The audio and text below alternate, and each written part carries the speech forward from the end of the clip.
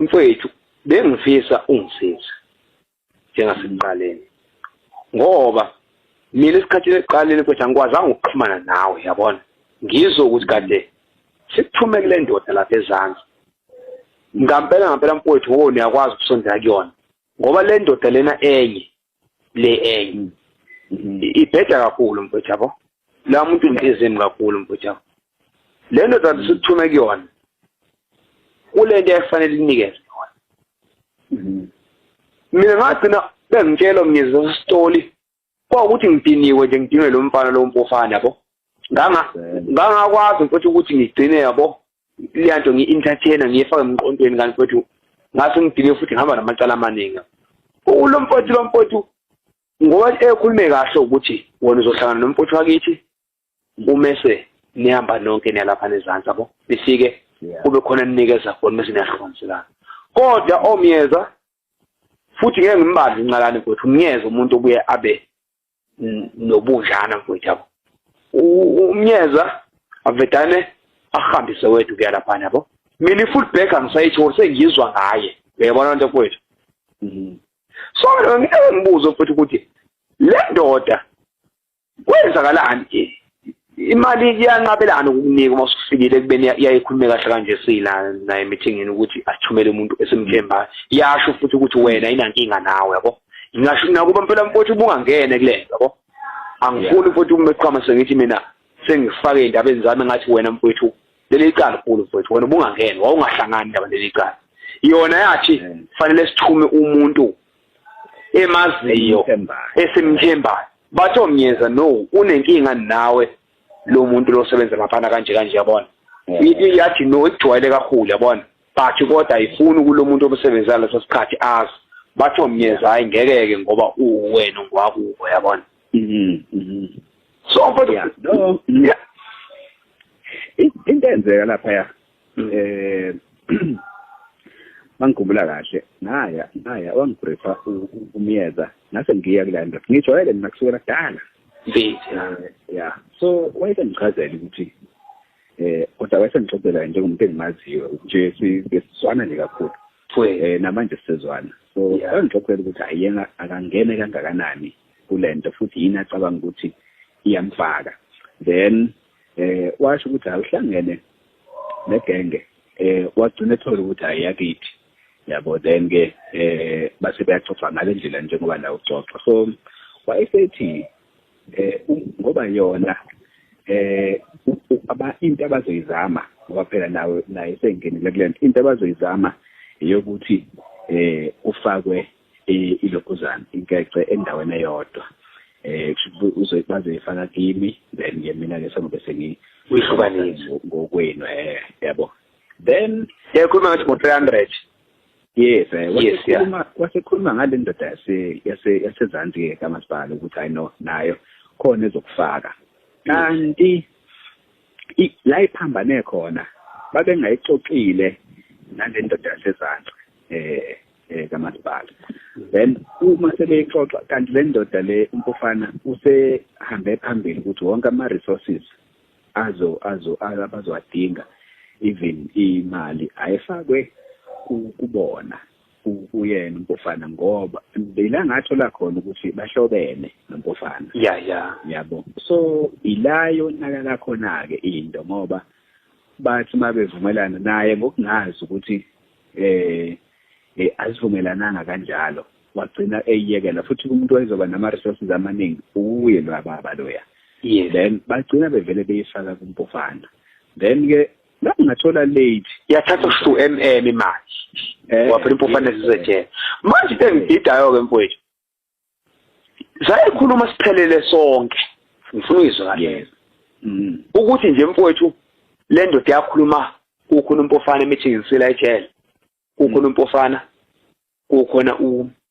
u-MM lo wamasipala kukhona yena yathi le ndoda bafana senibekezele kakhulu nengithwalile abantu befuna ukungiqomba phansi yabo so ngiyabona la kuliwa nami uqobo yes mina bafana nikwazile ukubekezela ngizocela ukuthi ngikhiphe kunemali ezosuka eGoli wasithatha ethi nemali unomuntu ozoxhasa eGoli wathi uzokhipha imali ezofuna andi-bail application yenza ibail mayivala ibail lo mali sihlukanisela nini yabo yes mina ngangazi ukuthi ibail mhlawumbe izothatha noma 150 yabo lena imali sihlukanisela nini kuyiqeqe mfowethu uMM bahlangana noMpofana ngomafoni bayishintsha lento kule mali sinanikezwa yashintsha ayibona nje bebobabili futhi nami ngaze ngathola late ngoba ngase ngilindele ukuthi hayi nokulungisa makhona okufikayo then ngizokudlulisela kinina ngokwemiyalelo nokunikeziwa yes mfowethu yabona ukuthi kwagcina ngangena ngalutho so sabe sayihlanganela nenye indala endoda somewhere washo ukuthi hayi no lento yabo iyajika yama kanjena yabo ngangabe ngisazi kwasho futhi sifikile kulokhuzana kuPofana uyamsila imali nale umyeza yasho ukuthi hayi bo engathi izinto ijikile manje lama resources asaye kuMpofana lutho uMpofana akasafuna ukudedela lutho kufanele lize ngakunina ninonke angisazi izizathu sokuthi ngithunya ngedwa mina ngicabanga ukuthi ingoba indlela esazana ngayo nale ndoda akekho umunye umuntu okufanele azi ukuthi sike sahlangana yabo ngoba mina ifoni yami ngayishiye eThekwini isikhathi ngiyakuyona ngayishayela so ngiyacabanga ukuthi mhlambe wayebalekela lokho ukuthi ngabikho umunye umuntu otholayo yabo so angazi ukuthi uyagcina kuqhubeke kanjani leyo lokhuzana le manje mfowethu izinto ihamba nesinxele lamfowethu vele ngakutshela Mr. Kangena yabo mina mfowethu engakutshela iqiniso ukuthi cha mina ngingene kulento nami ngayikhipha imali kushawe yabo nto engakutshela lokho yes lo mfowethu unenhliziyo lamfowethu ekhulume kahle ukuthi mfowethu asinikeze imali no mazi kahle nami leli cala mfowethu likhulu mfowethu ukuthi kungathiwa mfowethu thina imindeni ethi yahlupheka sinalutho manje uMM ngamzamaza wamthola efoni nangisamthola engcingweni uyabona la lento sobahlungu bafowethu gcineni ngoba uma sengisuka mina mhla ka14 ngifika ngitshela mina abafana bangakithi omnyeza nonqalana ukuthi madoda leli iqala sengikhathelelwe mina ngicela umqondo ngeke ngize ngishaya strong phela mina ejele ngendaba yabanye abantu abahleli abafazi babo once batshelwa yimina abafuthi bahlonipha mina batshelwa yimina labafuthi ngathi mina ababoshwe labafuthi boboshwe bephele khona konke abanako manje nakho ngoba mfowethu uyakwazi ukusondela kule ndoda yanto dino umqondo yacabanga mfowethu awukhulume naye ukuthi mfowethu le ndoda le eyathatha imali uMM ukuthi ukuthi ngoba phela uMpofana esesejele imali ovuyasakhetha wena futhi uMpofana watshela uMM ukuthi singanikezwe imali ekubeni kodwa le ndoda leyo sesithume kuyona lebi phezulu kamasipala beyidistrict iyayitshela ethina endlebeni babengamfikisi ngani phambi kwethu ukuthi le mali ngekulunga ukuthi uyithole ukuthi nakumina sekunzima ukuthi ngisheshe ngimthole ngoba sesemarisburg kodwa ngizoke ngizama ukuthi-ke ngimkhulumise ngibone ukuthi khona ngilangakwazi futhi mina nalezi zinto ze-corona-ke lezi savalelekile so kodwa uma kuvulwa ngizoke ngizama ukuthi-ke ngiyombona noma ngimthinte sihlangane somewhere-ke sizame ukuxoxa lesibone ukuthi yini enye engaqhamuki ngoba ngempela